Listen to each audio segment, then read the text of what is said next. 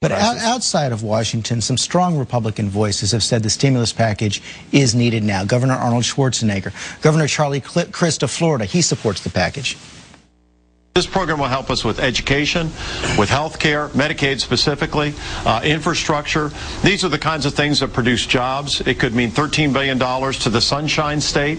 It comes at a time when we need it. People need jobs. It's about jobs, jobs, jobs. He suggests that you and Republican Party leaders here in Washington are on the wrong side of the biggest issue, jobs. Well, no, with all due respect to the governor, I understand where he's coming from. Having been a state official, I know what it means to get those dollars when you're in tight times. But you've got to look at the entire package. You've got to look at what's going to create sustainable jobs. What this administration is talking about is making work. It is creating work. That's a job. No, it's not a job. A job is something that a business owner creates. It's going to be long term. What he's creating so a job doesn't count if it's a government job? Let me finish. That is a contract. It ends at a certain point, George. You know that.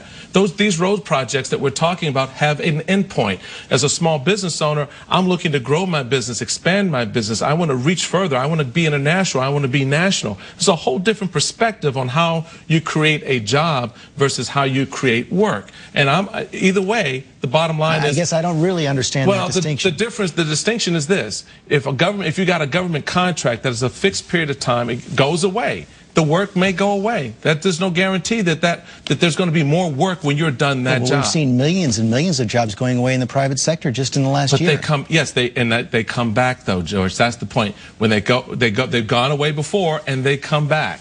And the point is, the small business owners take the risks. They're the ones that are out there in the morning, putting that second mortgage on the house, taking the risks that are necessary so that they can employ your kids and my kids and future generations. That's sustainable long-term growth. Otherwise, then why do we need the small business community? Why don't we all just get a government job and call it a day? So your plan would simply be more incentive to small businesses? Pardon me? Your plan would simply be more incentives to small businesses? More incentives to small businesses, at the same time correcting those rules in the markets that have hindered and frustrated the banking process, that have lent itself to drying up the credit markets as we see them, dealing with the Fannie and Freddie crisis more respectfully and more proactively instead of sitting back and figuring out, oh, well, let them take care of it. That's how we got into this mess from the beginning.